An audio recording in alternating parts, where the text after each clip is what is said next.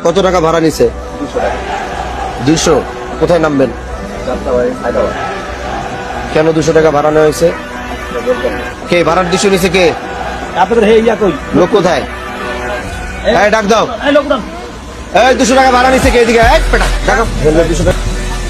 এখান থেকে পাঁচচর স্ট্যান্ড থেকে ঢাকা গুলিস্তান যাত্রাবাড়ি ভাড়া 200। জি। কেটা কইছে আপনারা? কত ভাড়া? আমি তো জানি 200 টাকা। এখানে চান্দা দেন কত? 20 টাকা করে নাই? 20 টাকা। হ্যাঁ। তাহলে ভাড়া দাঁড়ায় গিয়ে হলো 180 টাকা। 180, 20 টাকা এগো দেন। আপনি কি জানেন যে পাঁচচর থেকে এখান থেকে ভাড়া 150 টাকা ঢাকা? এই স্ট্যান্ড থেকে যাত্রাবাড়ি গুলিস্তান ভাড়াতে 150, এটা আপনি জানেন? আমি জানি। জানেন না? তাহলে আজকে জানেন না, এটা মনে থাকবে। আচ্ছা আর ওই 20 টাকা যে দিতে হয় 20 টাকা আর দেওয়া লাগবে না। আচ্ছা। ওই 20 টাকা দিবেন না। পাঁচচর 20 টাকা ভাঙ্গার থেকে শুরু হয়। শোনেন, ভাঙ্গার থেকে ভাঙ্গা ভুঙ্গা আমি বুঝি না, এটা আমার এরিয়া না, হ্যাঁ। এটা আমার স্ট্যান্ড কিনা। হ্যাঁ।